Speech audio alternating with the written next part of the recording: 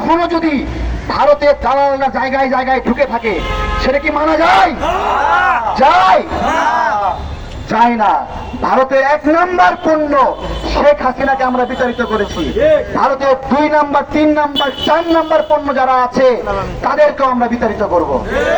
এবং সেনা প্রধানকে বলতে চাই, রাজনৈতিক দলগুলোকে বলতে চাই, বৈষম্য বিরোধী ছাত্র আন্দোলনের কাছে আমাদের দাবি, তারা এই সময়ে এই জাতির অভিভাবক। আমি প্রথম স্যালুট দেব বৈষম্য বিরোধী ছাত্র আন্দোলনের সাহসী কয়েকজন সহযোদ্ধা, মাত্র কয়েকজন মানুষ একটা দল বিপ্লব ঘটায় দিছে। এরপরে স্যালুট দেব ছাত্র দলকে, অসংখ্য ছাত্র দল নেতা মারা গেছে, পাখির মতো গুলি করে মারা হয়েছে, ছাত্র দলের চেয়ে বেশি কেউ মরে নাই। এরপরে ক্রেডিট দিতে হবে ছাত্র শিবিরকে, কাউকে ছাড়া এত বড় আন্দোলন হয়নি। ছাত্র অধিকার পরিষদেরও একজন মারা গেছে ফেনী জেলায়, 4জন মারা গেছে, 4জন মারা গেছে। রিক্সাওয়ালা মারা গেছে, এক রুটিওয়ালা দোকানে রুটি বেচতেছে, পুলিশের ট্রাক আসে বলতেছে 1000 টাকা ভাঙতি দে। তা বলে স্যার এই যে নেন ভাঙতি, কয় কাছে আইসা দে। যেই কাছে ভাঙতি দিতে গেছে কয় গাড়িতে ওঠ।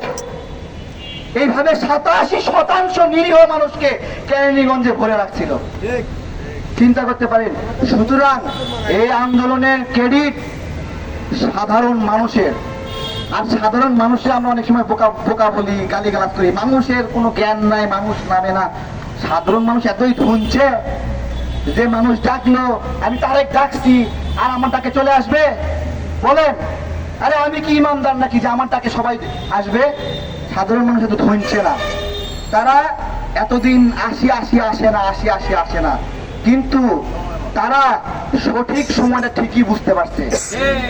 এই ঢাকা শহরে কোনো বিল্ডিং এ কেউ থাকে নাই, সবাই নেমে আসছে, দর করে নেমে আসছে। এবং সাধারণ মানুষের ক্ষমতা কতটুকু আমাদের চিন্তার বাইরে, কেউ কল্পনা করতে পারে না কত ক্ষমতা